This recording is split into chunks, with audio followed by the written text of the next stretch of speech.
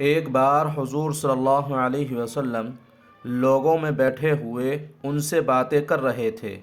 اتنے میں ایک دیہاتی آپ صلی اللہ علیہ وسلم کے پاس آیا اور پوچھنے لگا کہ قیامت کب آئے گی۔ آپ صلی اللہ علیہ وسلم اپنی گفتگو میں مصروف رہے۔ بعض لوگ جو مجلس میں تھے کہنے لگے کہ آپ صلی اللہ علیہ وسلم نے دیہاتی کی بات سنی لیکن پسند نہیں کی، اور بعض کہنے لگے کہ نہیں بلکہ آپ نے اس کی بات سنی ہی نہیں۔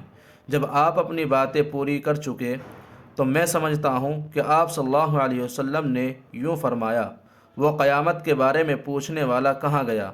اس دیہاتی نے کہا کہ حضور صلی اللہ علیہ وسلم میں موجود ہوں۔ آپ نے فرمایا کہ جب امانت ایمانداری دنیا سے اٹھ جائے تو قیامت قائم ہونے کا انتظار کر۔ اس نے کہا کہ ایمانداری اٹھنے کا کیا مطلب ہے؟ آپ صلی اللہ علیہ وسلم نے فرمایا کہ جب حکومت کے کاروبار نالائق لوگوں کو سونپ دیے جائیں تو قیامت کا انتظار کر۔